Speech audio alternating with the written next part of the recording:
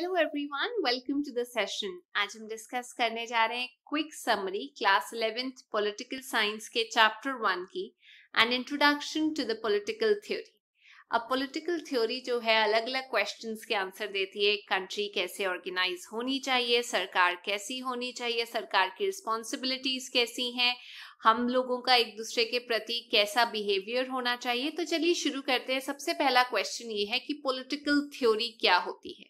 देखिए, political theory concerned है हमारे आइडियाज प्रिंसिपल्स के साथ जो शेप करते हैं हमारे कॉन्स्टिट्यूशन को, गवर्नमेंट को, सोशल लाइफ को, कुछ वैल्यूज और प्रिंसिपल्स को जैसे डेमोक्रेसी, फ्रीडम, इक्वालिटी जो लोगों को इंस्पायर करते हैं और पॉलिसीज बनाने में हम लोगों को गाइड करते हैं। तो ये जो ओरिजिन है इन वैल्यूज का, इन वर्ड्स का, इनका मतलब समझना, पॉलिटिकल थ्योरी हमें इनकी रिस्पेक्ट करने में मदद करती है कि ये कितने ज्यादा इम्पोर्टेंट है।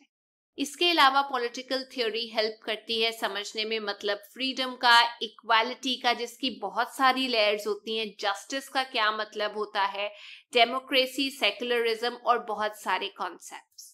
तो सबसे पहला क्वेश्चन दिमाग में यही आता है कि why do we study political theory, हमें पढ़ने की क्या जरूरत है। देखिए, डिफरेंट कंट्रीज, अमेरिका, इंडिया की बात की जाए तो उन्होंने अपने फंडामेंटल जो वैल्यूज थे जिसपे देश चलाया जा सकता है उनको लिखा था अपने कॉन्स्टिट्यूशन के अंदर।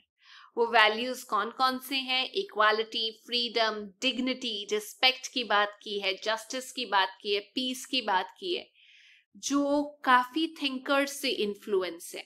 जैसे आप कह सकते हैं कौटिल्य से इन्फ्लुएंस्ड आइडियाज हैं, एरिस्टोटल से, रुशियो से, जॉन लॉक, कार्ल मार्क्स, और इवन अगर मैं रुशियो, कार्ल मार्क्स, गांधी जी की बात करूं तो ये सब पॉलिटिशियंस नहीं थे, पर जनरेशंस टू जनरेशंस इन्होंने अपने आइडियाज से लोगों को प्रभावित किया है। इन्होंने समझाया है पॉलिटिकल टर्म्स का असल मतलब। तो जो पॉलिटिकल थ्योरिस्ट थे वो स्टडी करते हैं आज की डेट की मॉडर्न पॉलिटी और ये भी बताते हैं कि जो करंट एक्सपीरियंस है उनके अंदर इन टर्म्स को किस तरीके से चेंज करना जरूरी है और फ्यूचर पॉसिबिलिटीज में कैसे चेंज किया जाएगा। तो इंडिया के कॉन्स्टिट्यूशन की जो वैल्यूज है उसको किस किस ने इन्फ्लुएंस किया।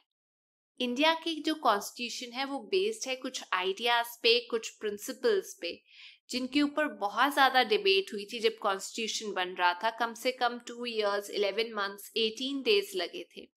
और ये जो आइडियाज हैं प्रभावित है कौटिल्य के टाइम से, जिन्होंने लिखा था स्टेट क्राफ्ट के ऊपर एक बुक, अर्थशास्त्र की स्टेट बुक, कंट्री को कैसे चलाया जाए। उसके अलावा महात्मा गांधी, B.R. अम्बेडकर, उनके जो आइडियाज हैं उन्होंने भी शेप किया हमारे कॉन्स्टिट्यूशन को। बात करते हैं एक बार अलग अलग थ्योरिस्ट की जिन्होंने अपने अपने सब्जेक्ट मैटर पे स्टेटमेंट दी थी। जैसे कौटिल्य ने स्टेट क्राफ्ट पे लिखा था, प्लेटो ने लिखा था स्टेट के ऊपर, गवर्नमेंट के ऊपर, जस्टिस के ऊपर लिखा था अपनी बुक द रिपब्लिक के अंदर। एरिस्टोटल ने लिखा था फॉर्म ऑफ गवर्नमेंट के ऊपर, स्टेट की स्लेवरी के ऊपर और सिटीजनशिप के अंदर। रुशियो ने स्टेट की बात की थी यानी कंट्री की बात की थी। मार्क्स ने आइडिया दिया था इकोनॉमिक रिलेशंस, जो इक्वालिटी में बिलीव करते हैं, उसके बारे में हम पढ़ेंगे। महात्मा गांधी ने ट्रुथ, नॉन वायलेंस और सत्याग्रह के बारे में बात की थी। और B.R. अम्बेडकर ने बोला था कि किस तरीके से शेड्यूल कास्ट को फ्री किया जाना चाहिए, उनको अपलिफ्ट किया जाना चाहिए। तो इनको डिस्कस करने से पहले हम सबसे पहले मार्क्स की थ्योरी के बारे में बात कर लेते हैं। मार्क्स ने, ये क्वेश्चन आता है कि मार्क्स की थ्योरी बताइए। कार्ल मार्क्स ने अपनी बुक लिखी थी दास कैपिटल, जिसमें उन्होंने ये एनालाइज किया था कि जो डेवलपमेंट हो रही है सिस्टम के अंदर वो कैपिटलिज्म पे बेस्ड है और इसमें स्टेट एक रोल प्ले करती है। उन्होंने अपनी थ्योरी के अंदर कुछ चीजें बताई थी जो कि ये है 2 क्लास थ्योरी। 2 क्लासेस हैं, एक है एक्सप्लॉयटेटिव क्लास जो एक्सप्लॉयट कर रही है और दूसरी है एक्सप्लॉयटेड क्लास। तो जो एक्सप्लॉयटेटिव क्लास है वो एक्सप्लॉयटेड क्लास को एक्सप्लॉयट कर रही है। दूसरा है थ्योरी ऑफ क्लास स्ट्रगल, जो ये स्ट्रगल चल रही है कि एक एक्सप्लॉयट कर रहा है और दूसरा एक्सप्लॉयट हो रहा है, ये सोसाइटी के अंदर चलता जा रहा है, जो डिफाइन करता है इकोनॉमिक रिलेशन को कि एक स्ट्रगल चल रही है और जो गरीब है वो और गरीब होते जा रहे हैं, और जो अमीर हैं उनके पास सरप्लस कैपिटल होता जा रहा है, वो कैपिटलिस्ट बनते जा रहे हैं, और जो गरीब है वो लेबर क्लास के अंदर ही जाते जा रहे हैं, और उनका जो शेयर है वो कम होता जा रहा है। तो वो ये बोलते हैं कार्ल मार्क्स कि हमें एक कम्युनिस्ट सोसाइटी स्टैब्लिश करनी है जहां पे स्टेटलेस सोसाइटी होगी, जो भी मीन्स हैं, जो भी रिसोर्सेज हैं, वो सब इक्वली डिस्ट्रीब्यूट किए जाएंगे सोसाइटी के अंदर। वैसे ही गांधी जी ने अपनी थ्योरी दी थी जो कि बिलीव करती है ट्रुथ के ऊपर, नॉन वायलेंस, सत्याग्रह। ये जो थे ये वेपन्स थे, इंडिया की इंडिपेंडेंस में भी यूज किए गए थे, हमारे को आजाद कराने के लिए, इंडिया को इंडिपेंडेंट कराने के लिए। अब आप ये सोच रहे होंगे कि ये जो पॉलिटिकल थ्योरी है जो हम पढ़ रहे हैं आज की डेट में, इसकी क्या रेलेवेंस है आज की डेट में। देखिए, ट्रेडिशनल अप्रोच की बात की जाए तो बहुत सब्जेक्टिव था, सिर्फ लिखा हुआ था, डिस्क्रिप्टिव था, डिटेल दी गई थी, हाइपोथेटिकल था, एक्चुअली इंप्लीमेंट नहीं हुआ था। पॉलिटिकल थ्योरी था, वैल्यू बेस्ड थी कि कहीं से सीखा और ठीक है काम कर दिया, फिलोसफिकल था, लीगल था, रिफॉर्म करने की जरूरत थी। लेकिन मॉडर्न अप्रोच के हिसाब से अगर हम पॉलिटिकल थ्योरी की बात करते हैं तो हम ऑब्जेक्टिव अप्रोच लेके चलते हैं कि जो सामने आ रहा है उसको सोच समझ के चीजें चेंज करना। साइंटिफिक अप्रोच है हम लोगों की, एनालिटिकल अप्रोच है, और वो जो अप्रोच है वो बेस्ड है हम लोगों की फैक्ट्स के ऊपर। तो ये बातें बहुत जरूरी है जब आप पॉलिटिकल थ्योरी की बात करें कि पास्ट में ये सब था और प्रेजेंट में हम रैशनल अप्रोच लेके चल रहे हैं। दूसरी इंपॉर्टेंट चीज की सब्जेक्ट मैटर क्या है पॉलिटिकल थ्योरी का, वो डील करता है स्टेट के साथ, जो हमने पढ़ा, गवर्नमेंट के साथ, जो कॉन्सेप्ट्स हैं freedom, equality, liberty, justice, authority के साथ, पॉलिटिकल पार्टीज के साथ, पावर, पॉलिसीज, जो कंटेम्प्रेरी केस में हमारी प्रॉब्लम्स चल रही हैं उस सब के साथ डील करता है।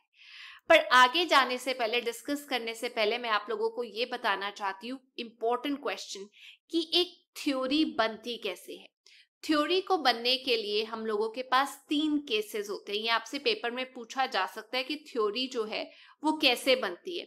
देखिए, उसके लिए आपको पहले उसको टेस्ट करना पड़ता है। तो जो थ्योरी है वो एक जनरलाइज स्टेटमेंट है जो बेस्ड है एक स्टडी के ऊपर, फिर आप उसको एक्सपेरिमेंट करते हैं और फिर आप उसको एनालाइज करते हैं। ऐसे ही हम लोगों की पॉलिटिकल थ्योरी बनी, जो एक जनरलाइज स्टेटमेंट है, एक जजमेंट है पॉलिटिकल लीडरशिप को लेके, पॉलिटिकल प्रोसेस को लेके, पॉलिटिकल इवेंट्स को लेके, पॉलिटिकल सिस्टम को लेके, जो बेस्ड है एक स्टडी के ऊपर, एक रीजन के ऊपर, एक एनालिसिस के ऊपर, और उसका क्या इंपॉर्टेंस है हमारी आज की सोसाइटी के अंदर, वो है पॉलिटिकल थ्योरी। तो प्लीज ये चीज आपको समझनी बहुत जरूरी है। अब हम लोग आगे चलते हैं इस चैप्टर के अंदर। हमने पढ़ लिया कि कार्ल मार्क्स ने क्या डिबेट दी थी और महात्मा गांधी ने भी क्या बोला था। अब ये रेलेवेंट कैसे है पॉलिटिकल थ्योरी इंडिया के लिए।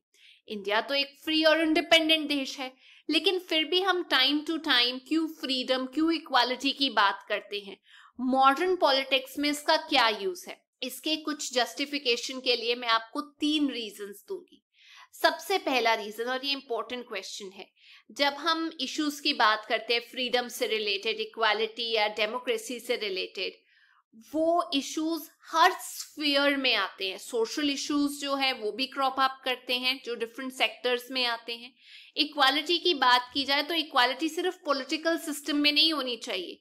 इक्वल राइट्स जो हैं वो पैसे के मामले में भी होने चाहिए और सोसाइटी के मामले में भी होने चाहिए। तो इसीलिए हमें जरूरी है कि हम फ्रीडम, इक्वालिटी की बात करें। दूसरा, फ्रीडम की बात करते हैं तो फ्रीडम गारंटीड है हमारे कॉन्स्टिट्यूशन में, लेकिन हम देखते हैं कि टाइम टू टाइम फ्रीडम की जो डेफिनेशन है उसको एक्सपैंड करने की जरूरत पड़ती है, हमें उसको इंटरप्रेट करना पड़ता है। जैसे राइट टू लाइफ एक फ्रीडम है, लेकिन कोर्ट्स ने उन्हें इंटरप्रेट किया कि इसके अंदर राइट टू लाइवलीहुड भी होना चाहिए। राइट टू इंफॉर्मेशन जो एक फ्रीडम आपको दी है वो एक नए कानून के तौर पे आप लोगों को दी है।